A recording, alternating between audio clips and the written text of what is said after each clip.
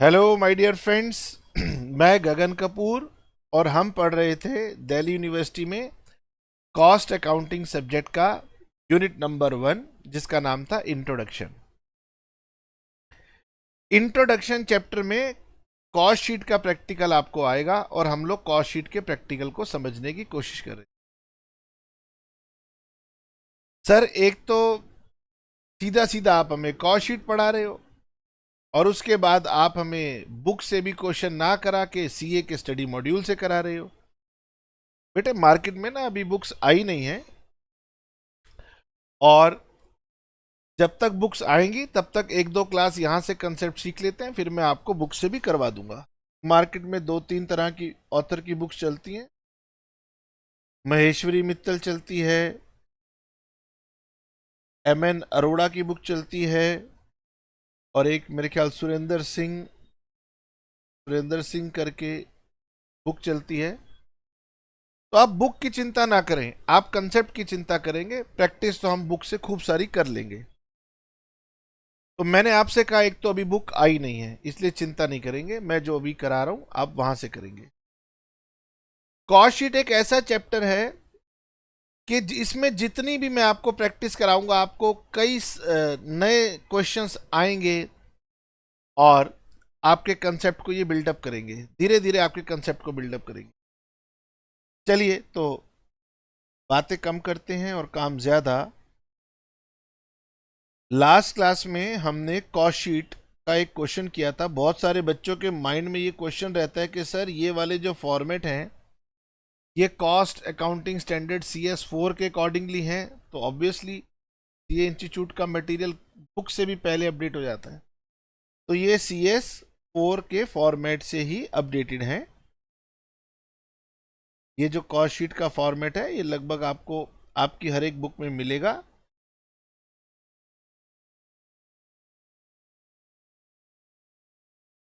Last class में जहां तक मुझे ध्यान आ रहा है हमने ये इलस्ट्रेशन नंबर 1 कंप्लीट कर ली थी। इलस्ट्रेशन 1 के बाद क्या इलस्ट्रेशन नंबर 2 मैंने आपको होमवर्क के लिए दी थी? बताइए, क्या हमने आपको इलस्ट्रेशन नंबर 2 होमवर्क में दी थी? अच्छा, स्टूडेंट्स कह रहे हैं सर लास्ट क्लास में तो एक फॉर्मेट डिस्कस किया था और एक छोटा सा क्वेश्चन था, तो इसीलिए आपने हमें कोई होमवर्क नहीं दिया था। चलिए तो कोई बात नहीं, हम लोग इलस्ट्रेशन नंबर 2 करते हैं। अगेन फोकस इस बात पर मत रखिएगा कि मैं क्वेश्चन कहाँ से करा रहा हूँ, फोकस इस बात पे होना चाहिए कि हम प्रैक्टिस कर रहे हैं कॉस्ट शीट। इलस्ट्रेशन नंबर 2 और हम धीरे धीरे अपने कंसेप्ट को बिल्डअप करेंगे। कॉस्ट शीट एक ऐसा चैप्टर है, इसके हर क्लास में आपको नए नए क्वेश्चन मिलेंगे, तो घबराना बिल्कुल भी नहीं है, प्रैक्टिस करते हुए चलना है। फिर धीरे धीरे आप बिल्कुल एकदम इसमें प्रोफिशिएंट हो जाएंगे। सब्जेक्ट की स्टार्टिंग है, आराम से, कोई जल्दी नहीं है। हेडिंग डालेंगे कॉस्ट शीट, पर्टिकुलर्स। कभी कभी मैं अमाउंट के एक कॉलम बनाऊंगा और कभी कभी मैं एक से ज्यादा कॉलम भी बना दूंगा।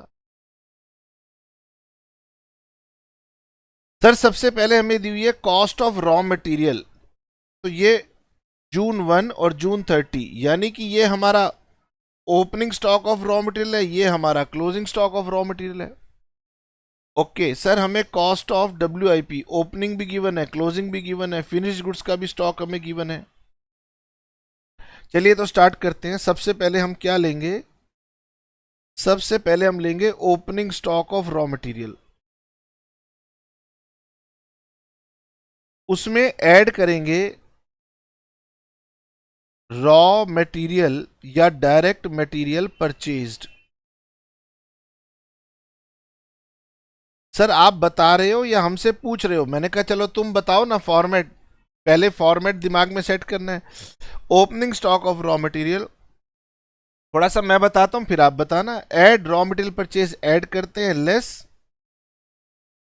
Closing stock of raw material.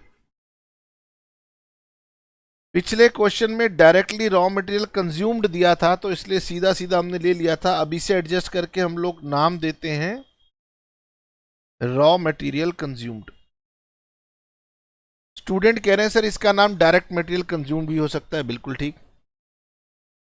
Opening stock 60,000 है, क्लोजिंग स्टॉक 50,000 है। ओपनिंग 60, क्लोजिंग 50 और रॉ मटेरियल परचेज्ड है 480। ध्यान से डालिए, 60,000 opening stock of raw material है, परचेज है हमारे पास 4,80,000 और closing stock of raw material है 50,000। इस पर मैंने एक लाइन लगा दी। ओके, लाइन क्यों लगा दी? ताकि आप इसकी एडजस्टमेंट कर सकें, इसका प्लस माइनस कर सकें। जल्दी से बताओ कितनी फिगर आ रही है?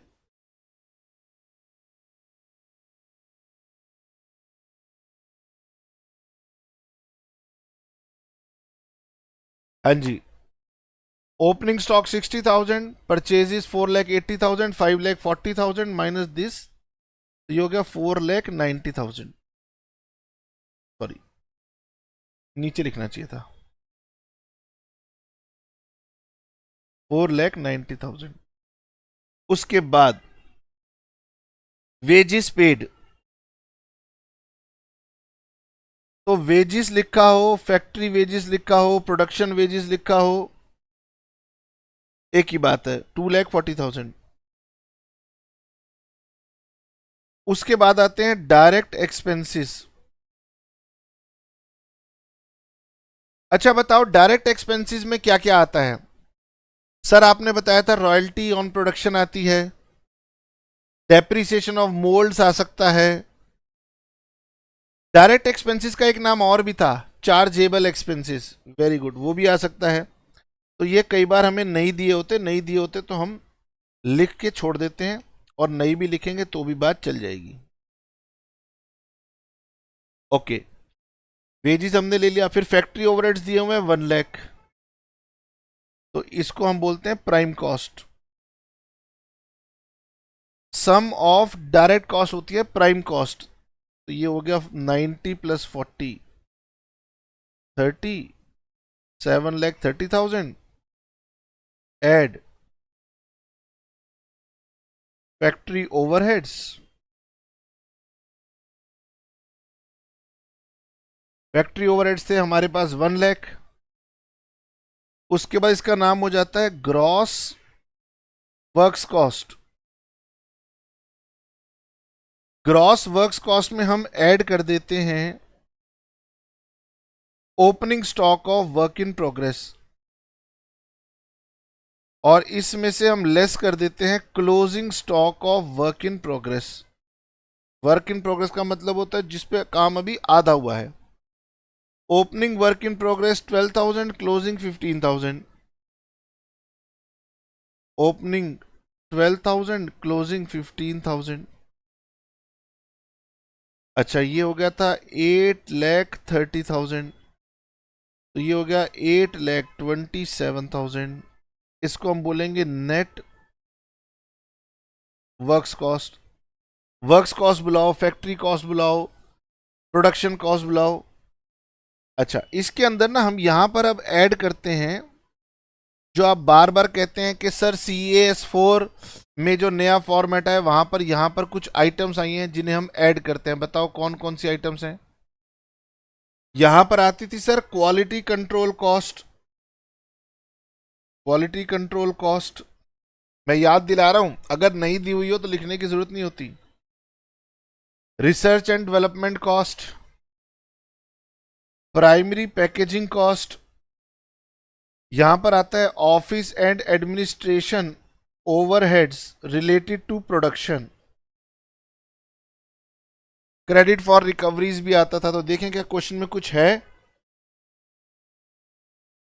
तो सर हमारे पास administration overheads related to production है 50,000। ओके, तो एक काम करता हूं, इसको काट देता हूं। तो आपको रिवाइज करवाने के लिए बता रहा था। Administration overheads related to production amounted to 50,000।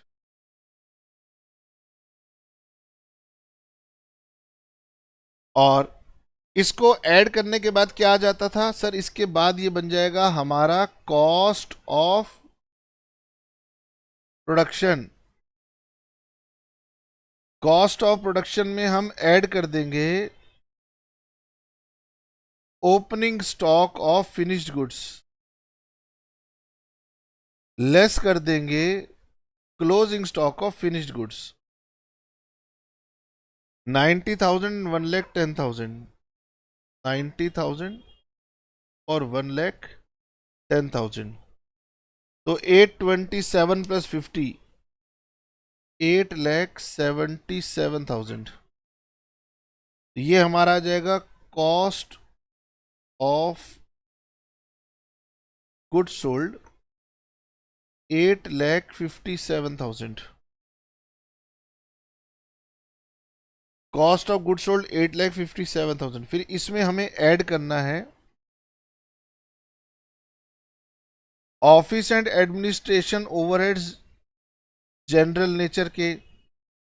इसमें हमें ऐड करना है selling and distribution overheads, secondary packaging. क्या गिवन है सर, हमारे पास गिवन है सेलिंग एंड डिस्ट्रीब्यूशन ओवरहेड्स 25,000, तो add selling and distribution overheads 25,000।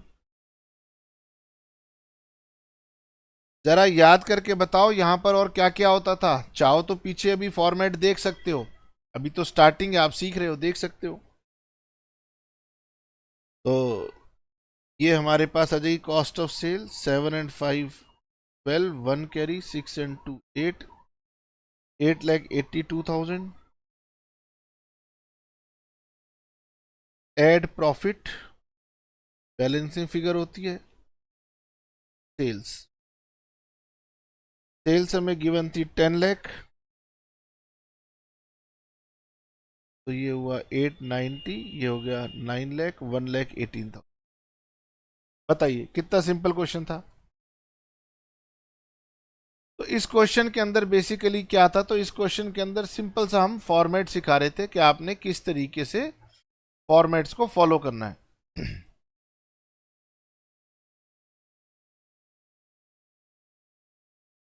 अब धीरे धीरे हमारे पास जो क्वेश्चंस आते जाएंगे हम उसमें धीरे धीरे करके वेराइटीज लाते जाएंगे, क्योंकि इस कॉस्ट शीट चैप्टर में बहुत वेराइटीज हैं, बहुत। कुछ वेराइटीज मैं आपको सिखाऊंगा, फिर आप मैच्योर हो जाएंगे, बाकी आप खुद ही कर लिया करेंगे।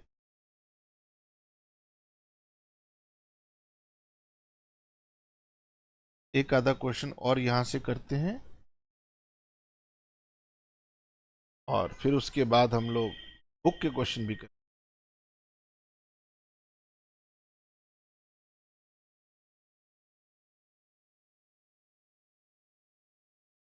सर कौन सा क्वेश्चन करेंगे? ओहो, ये मिल गया क्वेश्चन, वेरी वेरी गुड। ये बुक्स में भी आपको मिल जाएगा क्योंकि काफी ये पॉपुलर क्वेश्चन है।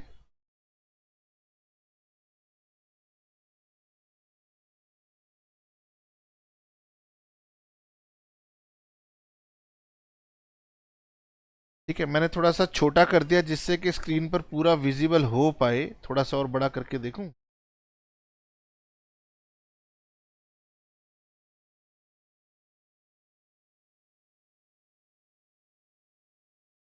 हाँ जी बेटे, क्या मैं वेट करूं या आप वीडियो को पॉज करके ट्राई करेंगे? मेरा तो रिक्वेस्ट है कि आप वीडियो को पॉज कीजिए और आप खुद से ट्राई कीजिए। नहीं तो नहीं बन पाएगा तो मैं बना ही रहा हूं पीछे पीछे। चलिए मैं वेट करता हूं 5 मिनट, आप पॉज कीजिए, मैं वीडियो को नहीं रोक रहा। मैं क्वेश्चन को एक बार रीड कर देता हूं आपके लिए। The books of manufacturing company presents the following data. Direct labour cost, सबसे पहली आइटम क्या होती है? डायरेक्ट मटेरियल, वो नहीं given, direct labour cost given है। ओके, 17,500। फिर लिखा है बीइंग 175% ऑफ वर्क्स ओवरहेड्स, यानी वो कह रहे हैं कि गगन हम वर्क ओवरहेड सीधा नहीं बता रहे, ये जो लेबर कॉस्ट है ये वर्क्स ओवरहेड का 175% है। यानी सरल भाषा में कहूं तो वो ये कह रहे हैं कि गगन जो डायरेक्ट लेबर है that will be equal to works overhead into 175%। तो कह रहे क्योंकि डायरेक्ट लेबर आपको पता है तो वो आपसे उम्मीद कर रहे हैं कि वर्क ओवरहेड्स का मैथमेटिक्स आप कीजिए। ठीक है सर। उसके बाद cost of goods sold excluding administrative expenses 56,000। देखो हम लोग direct material, direct labour, direct expense जोड़ते हैं, प्राइम कॉस्ट आती है, फैक्ट्री ओवरहेड जोड़ते हैं, वर्क्स कॉस्ट आती है, फिर वर्क्स कॉस्ट में हम कुछ आइटम जोड़ते हैं तो हमारी कॉस्ट ऑफ प्रोडक्शन आती है। लेकिन वो कह रहे हैं कि गगन हम तुम्हें कॉस्ट ऑफ गुड्स सोल्ड बता रहे हैं कि एडमिनिस्ट्रेशन एक्सपेंसेस को छोड़ करके मेरी कॉस्ट ऑफ गुड्स सोल्ड जो है वो है 56,000। उसके बाद वो कह रहे हैं गगन ये तेरा opening raw material, closing raw material, opening WIP, closing WIP, finished goods opening, finished goods closing, selling expenses दिए हुए हैं, जनरल एडमिनिस्ट्रेशन एक्सपेंस दिए हुए हैं, सेल्स दी हुई है। यहां लिखे कि कॉस्ट ऑफ गुड्स सोल्ड में एडमिनिस्ट्रेटिव एक्सपेंसेस एक्सक्लूड किए हुए हैं। नीचे लिखा हुआ है कि जनरल एंड एडमिनिस्ट्रेशन एक्सपेंसेस हैं, तो general administration expenses cost of goods sold का पार्ट नहीं बनते हैं।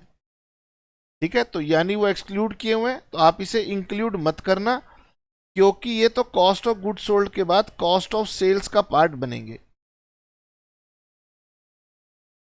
वो कह रहे you are required to find out the value of material purchase. कह रहे गगन जब कॉस्ट शीट बनाओगे तो हमने मटेरियल की वैल्यू दी नहीं, ढूंढो। और फिर कह रहे हैं कॉस्ट स्टेटमेंट बनाओ। अब कॉस्ट स्टेटमेंट बनाएं तो कैसे बनाएं? तो इसमें थोड़ा सा ना फिल इन द ब्लैंक्स का काम है। मुझे लगता है कि आप कोशिश करेंगे तो बहुत सारे स्टूडेंट्स इसको बना जाएंगे। फॉर्मेट लिखिए और बनाइए। मैं इंतजार कर रहा हूं, 5 मिनट के बाद मैं एंट्री लूंगा। चलिए बेटे, जितना आपने ट्राई करना होगा कर लिया होगा, और अगर बन गया है तो बहुत अच्छी बात है, नहीं बना है तो मन बिल्कुल छोटा नहीं करना है।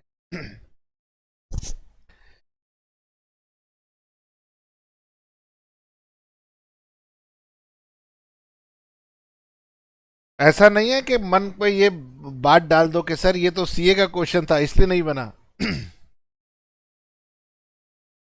ये आपकी सारी बुक्स में मिल जाएगा। आइए जी, कॉस्ट शीट बनाना शुरू करते हैं। हमें opening stock of raw material दिया हुआ है। प्रेजेंटेशन आप अपनी बना सकते हैं, कोई दिक्कत की बात नहीं है। मैंने लिखना शुरू कर दिया। Opening stock of raw material, उसके बाद raw material purchased, closing stock of raw material. Figure डालते हैं। Opening stock 8,000, closing stock 10,600।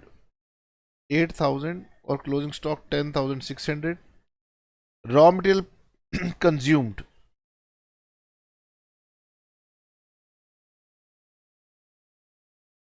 नहीं पता। Direct labour cost, direct labour 17,500। Direct या chargeable expenses,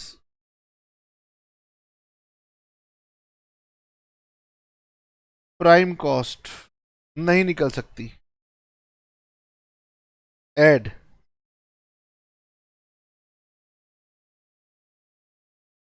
factory overheads. Factory overhead जो है वो डायरेक्ट वेजिस डिवाइडेड बाय 175%। पहले तो ये बात समझ लीजिए। ठीक है, हम वर्किंग नोट बनाते हुए चलते हैं। Working note number 1, calculation of factory overheads.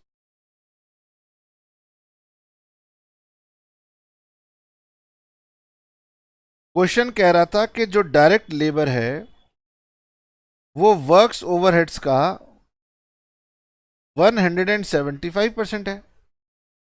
तो इसका मतलब work overheads is equal to direct labour divided by 175%।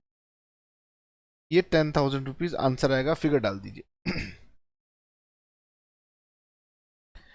अब आपका मैथमेटिक्स आप कैसे करते हैं, जैसे भी कीजिए, सब ठीक है। सर फैक्ट्री ओवरहेड जोड़ने के बाद हमारे पास आएगी ग्रॉस वर्क्स कॉस्ट। इसमें opening stock of work in progress plus कर दीजिए, closing stock of work in progress minus कर दीजिए। 10,500 14,500, ये 10,500 प्लस कर देंगे, 14,500 माइनस कर देंगे। ये हमारे पास आ जाएगी net works cost. Net works cost में ऐड, यदि कोई एक्सपेंस हुआ तो ऐड कर देंगे। तो ये हमारे पास आ जाएगी cost of goods sold. Cost of goods sold में ऐड कर देंगे selling and distribution overheads.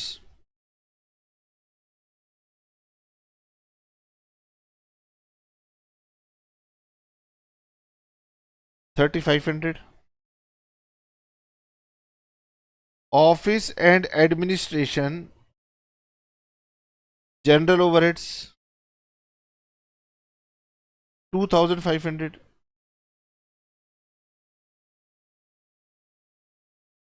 Cost of goods sold हमें गिवन थी 56,000। ठीक है सर, सर यहां तो आपने गड़बड़ कर दी, गड़बड़ कर दी, यस गड़बड़ कर दी हमने तो।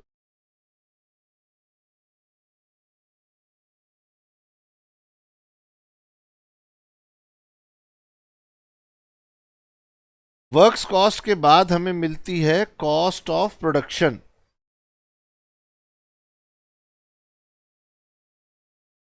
ये हमें मिलती है cost of production. Cost of production में ऐड किया जाता है opening stock of finish goods और लेस करते हैं closing stock of finished goods. तब हमारी कॉस्ट ऑफ गुड्स सोल्ड आती है। Opening stock of finished goods 17,600 और क्लोजिंग 19,000। ठीक है,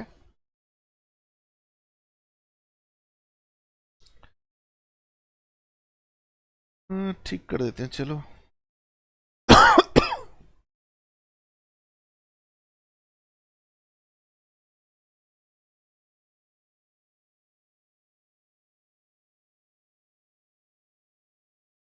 एक 3,500, एक 2,500, ये बन जाएगी कॉस्ट ऑफ सेल्स, तो 62,000। फिर प्रॉफिट और फिर सेल्स 75,000। ओके, देखिए अभी आप स्टार्टिंग में पढ़ना शुरू कर रहे हैं तो थोड़ा सा अभी माइंड में पिक्चराइजेशन भी कम होती है। जब आप थोड़ी सी प्रैक्टिस कर लेंगे, 7-8 क्लासेस की प्रैक्टिस कर लेंगे, तो आप ये मिसिंग फिगर्स को यहीं पर सॉल्व कर देंगे। तब आप कहेंगे कि सर ये तो यहीं पर सॉल्व हो जाएगी, लेकिन अगर मैं भी इसके अंदर फिगर डालूंगा तो आप कंफ्यूज हो जाएंगे। इसलिए मैं क्या करता हूं, मैं इसको नीचे बनाऊंगा आगे वर्किंग नोट्स में। होगा क्या, मुझे अब चलना है रिवर्स ऑर्डर में। ये देखिए, अब मुझे रिवर्स ऑर्डर में चलना है। सपोज कीजिए कॉस्ट ऑफ प्रोडक्शन एक्स है, तो कॉस्ट ऑफ प्रोडक्शन में ओपनिंग स्टॉक प्लस करना है, क्लोजिंग स्टॉक माइनस करना है, सीओजीएस आ जाएगी। यानी पहले इस इक्वेशन को यूज करके मैं निकालूंगा कॉस्ट ऑफ प्रोडक्शन। तो मुझे बताइए,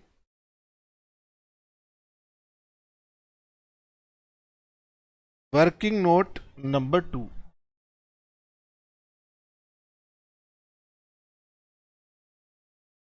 वर्किंग नोट नंबर 2,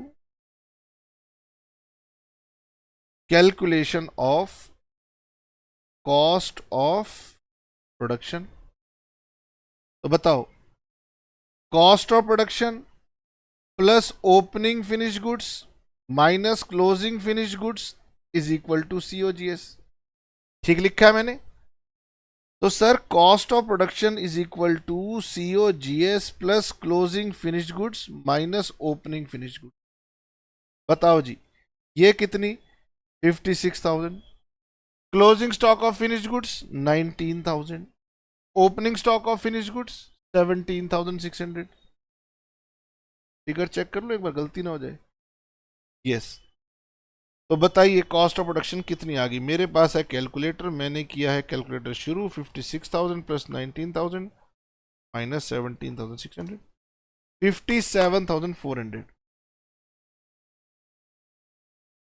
जब आप प्रोफिशिएंट हो जाएंगे तो आप कहेंगे कि सर इसको यहां क्यों बनाया, यहीं पर ही बना देते। लीजिए वर्किंग नोट नंबर 2, 57,400। अब इसी तरीके से रिवर्स चलेंगे, क्योंकि यहां पर कोई भी फिगर बीच में जो हमारे कॉस्ट अकाउंटिंग स्टैंडर्ड 4 वाली आइटम थी मुझे क्वेश्चन ने दी नहीं है, तो ये भी मेरी 57,400 ही हो गई नेट वर्क्स कॉस्ट।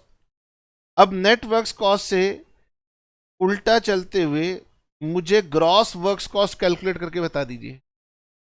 चाहे तो जैसे मैंने वर्किंग नोट बनाया था वैसे कीजिए,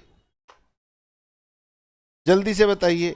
57,400 अगर मेरी नेटवर्क्स कॉस्ट है तो प्लस 14,500 माइनस 10,500, ये आएगी मेरे पास 61,400। अच्छा, बाद में आप पूछेंगे सर ये कैसे निकाला था, तो वर्किंग नोट में दिखा दीजिए। लीजिए वर्किंग नोट नंबर 3,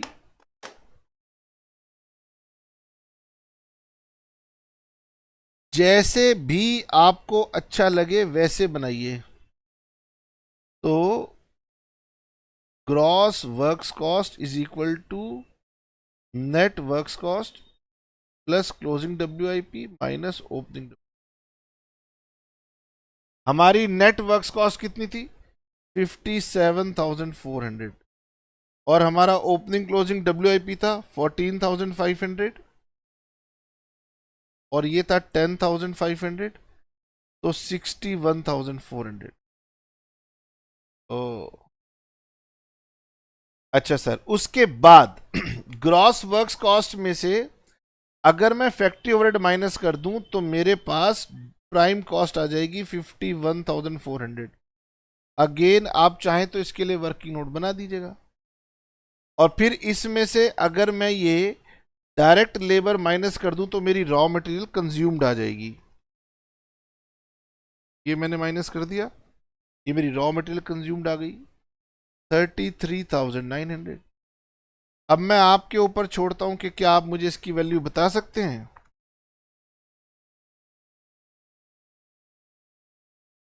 36,500।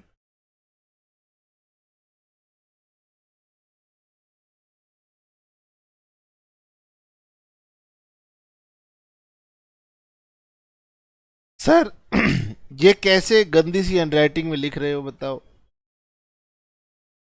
अच्छी हैंडराइटिंग में लिखो। चलिए हम एक और क्वेश्चन करते हैं। From the following particulars you are required to prepare monthly cost sheet of Aditya industries. Okay, opening stock of raw material WIP finish goods, और अब की बार कमाल की बात है यूनिट्स दिए हुए हैं। Okay, closing stock raw material का भी दिया है, WIP का भी दिया है, फिनिश गुड्स की मुझे रुपी वैल्यू नहीं दी हुई और मुझे इसके यूनिट्स भी नहीं दिए हुए। मेरे ख्याल में हम पहले ऐसा क्वेश्चन कर चुके हैं जहां पर closing stock of finish goods की वैल्यू मैंने आपको बताया था हम कैसे निकालते हैं, याद करके बताओ। Cost of production divided by units produced into units of closing finish goods. क्या तुम्हें याद है, ये फॉर्मूला तुम्हें याद है? Raw material purchase 1,44,00,000। चलिए बनाना शुरू करते हैं क्वेश्चन को साथ साथ। वैसे तो हमें एग्जाम में हमेशा पहले क्वेश्चन को पूरा पढ़ना चाहिए फिर बनाना चाहिए, लेकिन कोई बात नहीं, अब मैंने शुरू कर दिया तो बना ही लेते हैं। क्वेश्चन नंबर 2 है रॉ मटेरियल परचेज्ड।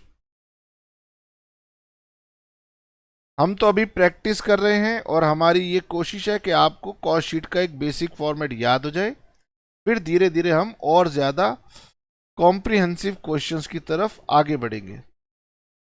अच्छा, धीरे धीरे मैं यहां लिखना शुरू कर दूंगा प्रोडक्शन कितनी हुई, यूनिट्स प्रोड्यूस्ड या प्रोडक्शन लिखनी शुरू कर दूंगा।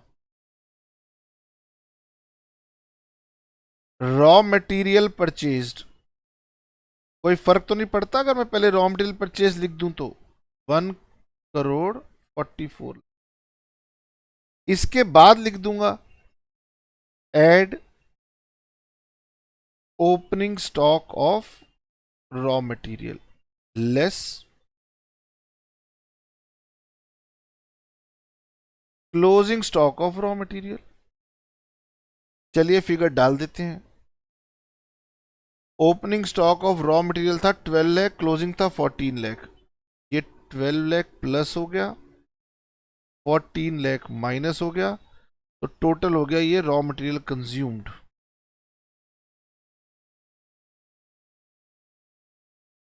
$1,42,00,000।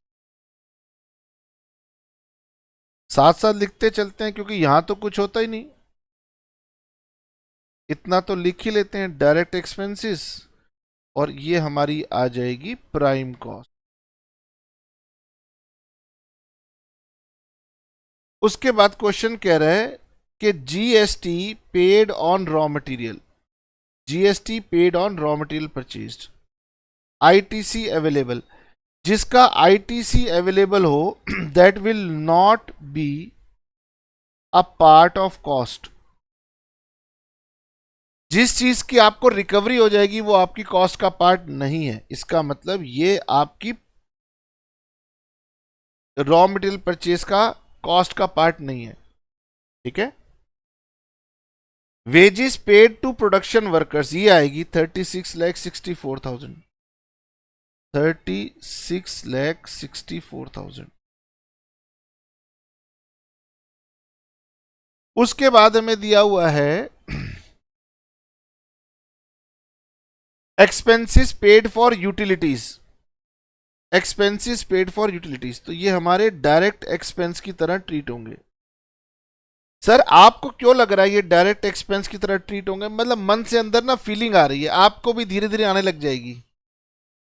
मैंने ऐसा नहीं कहा था कि केवल दो ही एक्सपेंस डायरेक्ट होते हैं, रॉयल्टीज और बेस्ड ऑन प्रोडक्शन और मोल्ड्स। तो ये भी एक्सपेंसेस पेड फॉर यूटिलिटीज एक ऐसी आइटम लग रही है जो मुझे डायरेक्ट एक्सपेंस लग रही है, तो मैंने यहां डाल दी। तो पढ़ते पढ़ते आप भी मैच्योर हो जाएंगे, समझ में आ जाएगी। 1,42,00,000, 36,64,000, 145,600। ये आ गई 1,80,00,000, 1,80,09,600। एड वर्क्स ओवरहेड लिखो, प्रोडक्शन ओवरहेड्स लिखो, फैक्ट्री ओवरहेड्स लिखो, सब एक ही बात है। सर वो तो दिया ही नहीं है, हमें दिया है ऑफिस एंड एडमिनिस्ट्रेशन एक्सपेंसेस, और ये भी नहीं लिखा कि ये रिलेटेड टू प्रोडक्शन है या नहीं है। तो जब नहीं लिखा तो मैं इसे एज्यूम कर दूंगा कि ये जनरल नेचर के हैं। अगर आप कहो सर हम एज्यूम करना चाहते हैं कि ये प्रोडक्शन के हैं, तो आप एज्यूम कर सकते हो, कोई दिक्कत नहीं। ट्रैवलिंग एक्सपेंसेस ये सेलिंग एंड डिस्ट्रीब्यूशन ओवरहेड्स है, और ये सेलिंग एक्सपेंस अलग से दिए हुए हैं।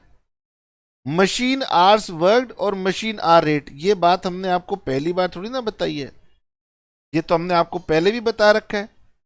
कि अगर आपको फैक्ट्री ओवरहेड्स ना दिए हो तो machine hours worked into machine hour rate कर देते हैं हम। तो फैक्ट्री ओवरहेड्स में हम लेंगे machine hours into machine hour rate. 21,600 hours machine ने काम किया और 8 रुपए का रेट था। 1,72,800, 172,800 ये क्या कहलाएगी? ये कहलाएगी gross works cost.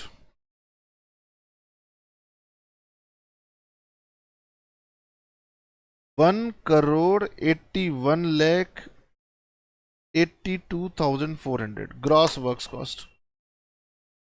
Add opening work in progress less closing work in progress. Closing work in progress है 16,04,000। ओपनिंग वर्क इन प्रोग्रेस था 18 लाख।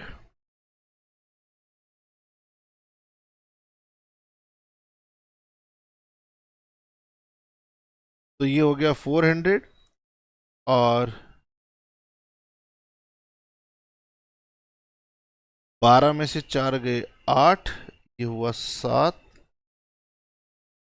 और ये हुआ 3। 1,83,78,400 ये होगी हमारी नेट वर्क्स कॉस्ट। क्योंकि मेरे पास कोई रिसर्च एंड डेवलपमेंट, कोई क्वालिटी कंट्रोल, कोई प्राइमरी पैकेजिंग, कोई office and administration related to production नहीं है, तो मैं इसी को सेफली कॉस्ट ऑफ प्रोडक्शन भी लिख दूं, है ना। कॉस्ट ऑफ प्रोडक्शन एड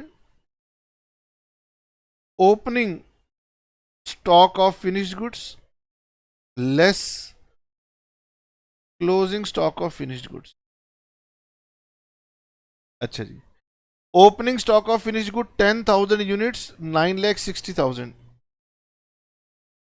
यहां पे 10,000 units at the rate of 9,60,000। ये कहलाएगी हमारी कॉस्ट ऑफ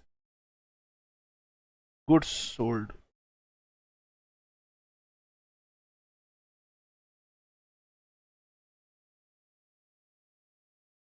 क्योंकि हमें इसकी वैल्यूएशन भी दिखानी है, थोड़ा सा मैं नीचे लिख रहा हूं, कॉस्ट ऑफ गुड्स सोल्ड।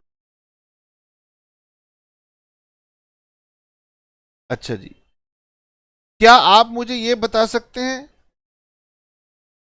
कि यूनिट्स प्रोड्यूस्ड कैसे निकाले जाएं?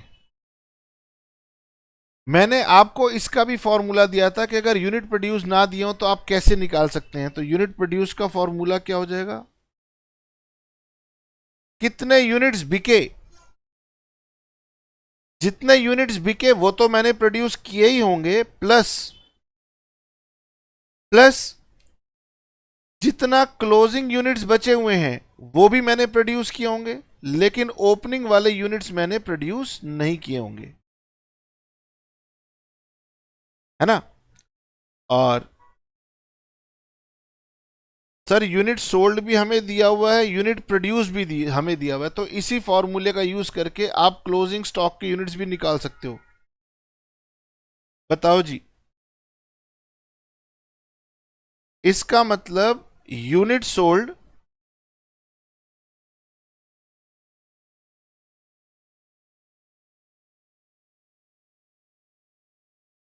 आपको क्लोजिंग स्टॉक के यूनिट्स निकालने हैं ना, तो यूनिट सोल्ड आप ऐसे कर लीजिए इसको, बल्कि इसी फॉर्मूले को हम चेंज कर देते हैं।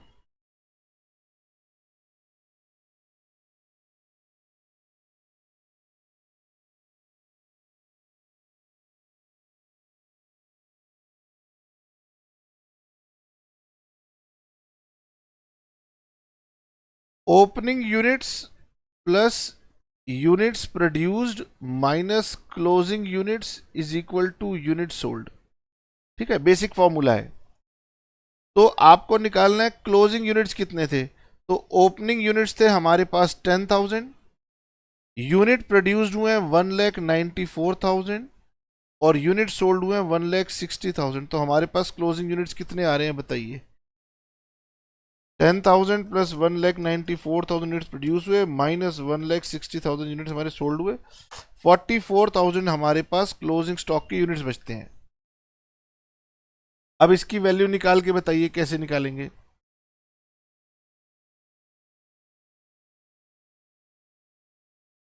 फॉर्मूला क्या लगेगा, कॉस्ट ऑफ प्रोडक्शन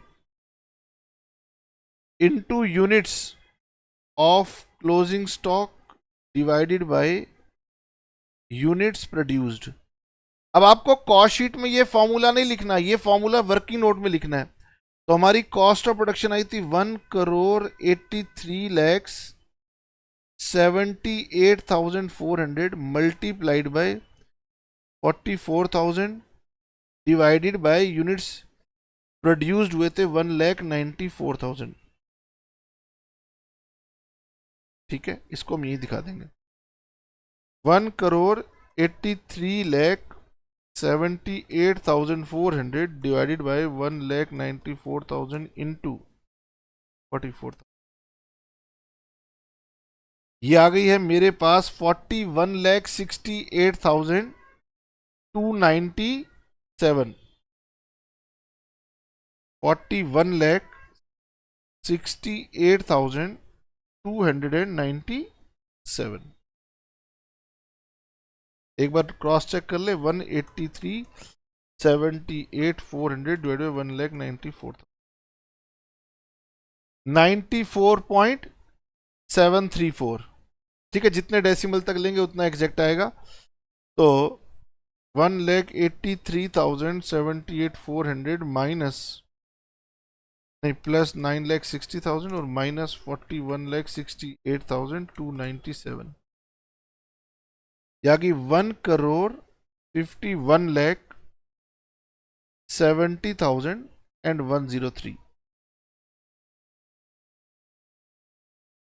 उसके बाद इसमें ऐड कर दीजिए office and administration expenses,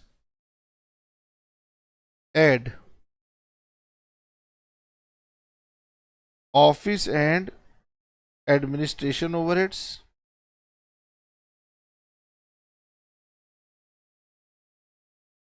travelling expenses, selling expenses. Amount आएगा 26,52,000, 26,52,000, 1,21,000, 1,21,000 और 6,46,000। ये हमारी आ जाएगी cost of sales.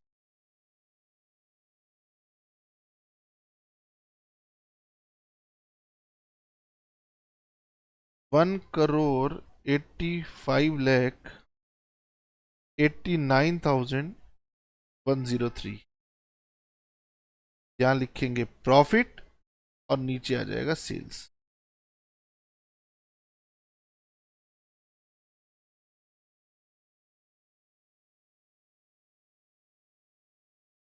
Desired profit is 15% on sales. Okay.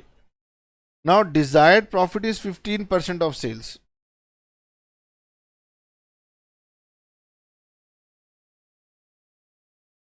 Working note. Calculation of sales. ठीक है, cost of sales plus desired profit is equal to sales. क्या हम ये वाला फॉर्मूला लगा सकते हैं, बोलिए।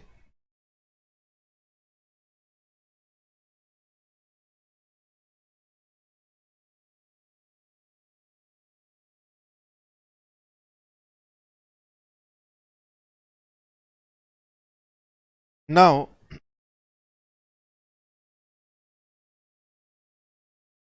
1,85,00,000 89,103 plus 0.15 s is equal to s।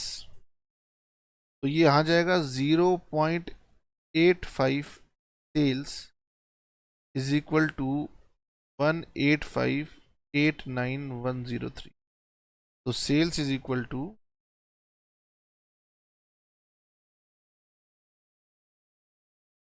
21 lakh, not 2 crore 18 lakhs, 2 crores 18 lakh 69,533। 2 crores 18 lakh 69,533।